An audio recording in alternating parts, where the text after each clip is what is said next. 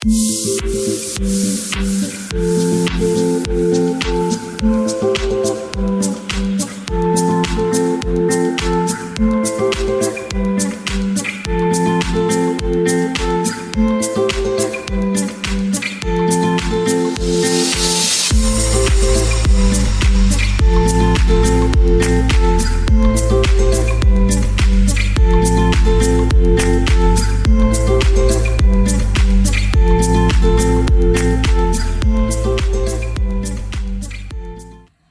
everyone, I'm back. This is my friend Sydney. Hi. And we decided today to make a video about things you should know before attending the University of Toronto. I'm at the Faculty of Architecture at Daniels. And I did a little bit of Rotman Commerce, and then I went into the Faculty of Arts and Sciences, studying psychology and criminology. So I think it's really useful that you will get like two perspectives of two different faculties, I guess. Yeah, mine's smaller, yours is a big. Well, you went from a more smaller one to bigger one. Yeah, huge.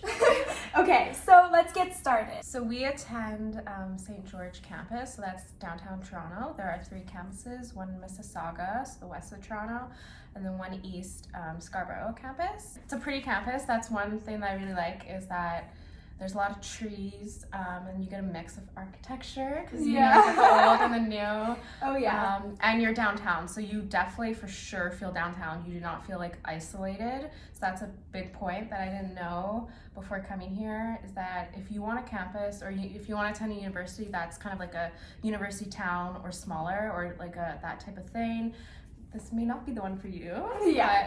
So one of the things I wish I knew is the enormous class size. My faculty is probably one of the biggest ones in U of T.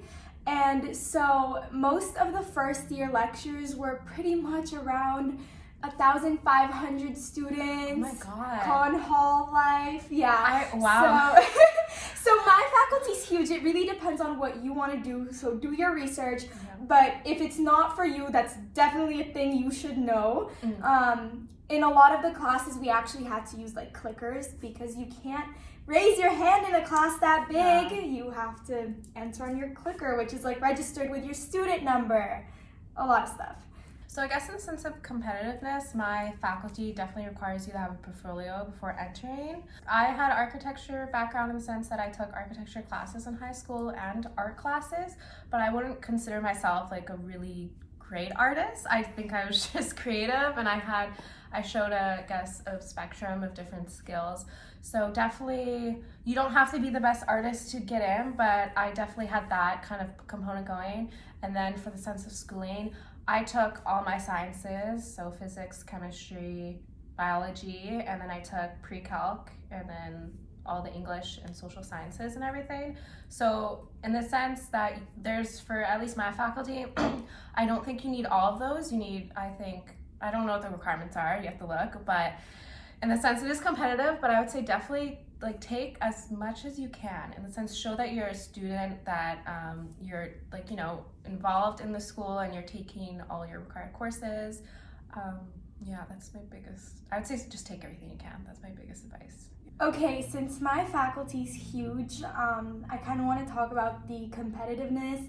I wish I knew about like the kind of student-professor relationship that is lacking until you're in the higher years. I mean, you can definitely make what's it called, like friends with your professor, I don't know, but it's very difficult in first year as they're super busy. You're not in a program yet. Don't expect to make professor relationships in first year. Yeah, do not expect it.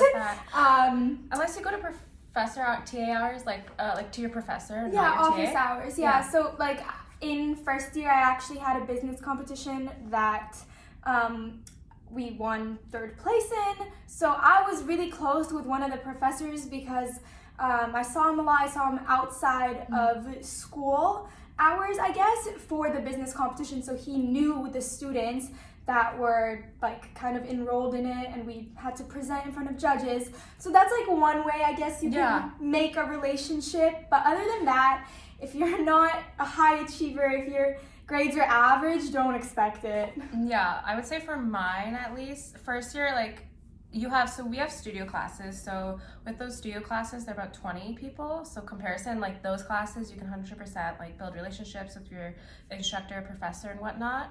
But then with lectures, we had about like 200.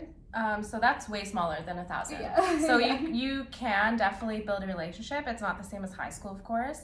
So you can definitely like go to office hours. And if you want to, I would say regularly, maybe go and ask questions. But most people, I feel like in the first year, you don't really have to, and nor really want to do that. Yeah. Right now, we are sophomores, second year students, and my class size is about 250. So it did drop a lot. Yeah. Yeah. But still expect classes that big, right? Yeah. With regards to the campus location, I would say maybe, I don't know the percentage, like maybe 60% of students are commuters on campus. So that kind of influences like a huge part of your like life at the school. So if you're a person who's not a commuter and you just either live on res or live around the campus, classes, like expect like making friends definitely a little harder, just because people just kind of take their class and then they go home. They don't really want to stay around. They go for coffee or study at the library. Kind of. So, like, I would say, yeah, that's the tough part. I would say my biggest advice is to, if you're sitting beside somebody, definitely try and make small talk.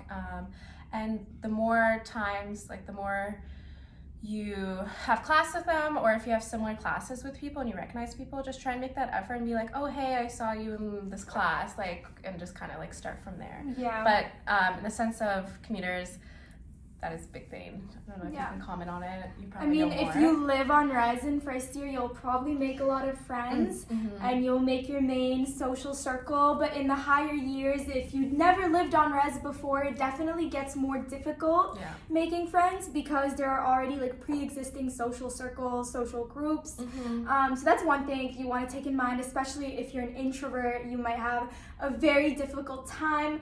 A lot of students that we talk to are lonely. Yeah, that is true. Yeah. Especially people who like don't live in Toronto. It's really hard. Yeah, trust me, like you sit down in a chair, my mindset going into it is always like, I know the person next to me probably wants a friend in this class, but they're just not going to speak up, so hello. I always do that. I don't know. When you apply to U of T, it makes you choose a college. Now, I did not do any research on this at all, so I was like, ooh, I like this college, I'm gonna choose it, it looks cute. It looks the biggest one. I wanted like something like huge, and just do your research. That's something I wish that I knew. So the main thing with colleges is that you get priority in the residence of your college. You can live in other residences, however that factor exists, but most of your opportunities come from the college that you are in. And if you have any problems with your courses or anything else to do with student life, you go to that college's registrar.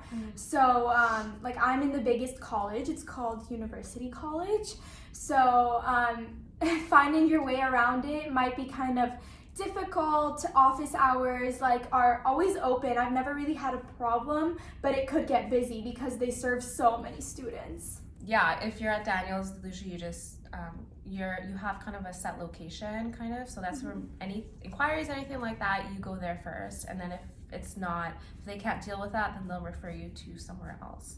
So mine's, you just go to one place and you're good to go. Yeah. Expect a huge commitment to school. Yeah. You should already expect a commitment because it is university if you are a full-time student. However, the courses are very hard, and if you put in little effort, you will not pass a course. Yeah. U of T is very rigorous. It's very hard. Expect to like, it's in a sense you can't like be successful without putting in the effort. You have to allocate your time to your courses. Yeah. So figuring out, I'd say the biggest jump is just figuring out how to manage your time and how, like, where you're productive, whether that's at the library, at home, studying with friends or not. Like, that's a big thing you kind of learn in college and all of that. But I definitely expect your life is college. So if you're wanting to have a part-time job Yeah. or just doing sports, you have to be very conscious of your time management. And if you're someone in high school who maybe didn't focus on studies as much or isn't as, about that, expect a change. Yeah. Another thing I didn't know is that when you're applying, you choose what you want to do. I thought it was like the US where you go into that right away. No. Honey, no. You're in for a treat. You have to complete like the prerequisites and apply after first year. So you actually have to take the courses, get a certain grade, and then apply to the major that you want to do, and you either get accepted or not, and it depends on the like competition that year. I didn't know that. I didn't know the US is different in that way. It is. Like a lot of general courses, like some courses you may hate, and some you may not. So just kind of expect like first year is just like an introductory. It can get fun and funner. Yeah, and it also like the website could say it's a 73 to get admitted, but it's actually like depending on how well people do on their exams, it could be an 80. Like so definitely look at wherever like online, wherever it's shown. Look at the requirements, like keep up to date, like what you actually need, like definitely look for your degree requirements, or if you're again applying for your major, just keep up with like what you actually need, because if you have to retake it or take a different class or this and that, it's quite annoying and you end up paying for it. So there's this thing called U of Tears. It's like a meme kind of. Yeah, so U of T has a reputation of U of Tears instead of U of T. Yeah, and a lot of students say it because like the school is hard and it does bring tears to many thinking about it. But you'll definitely cry at least once first year. I swear to God. But is that reputation really true? Is something like we want to address? Yeah. So what I think is, okay, to a partial extent, maybe yes, in terms of social life, if you are not the type of person that is capable of balancing being social and your academics, you will definitely feel like U of T is complete shit. Yeah. But if you can balance those two, you have good study habits, then like this is the school for you. Yeah. I mean, I think it's really personal to address that kind of saying. So from a lot of my friends, like go to schools, universities across Canada. So I would say in comparison, I think everybody has a tough time with university, like everybody's experience.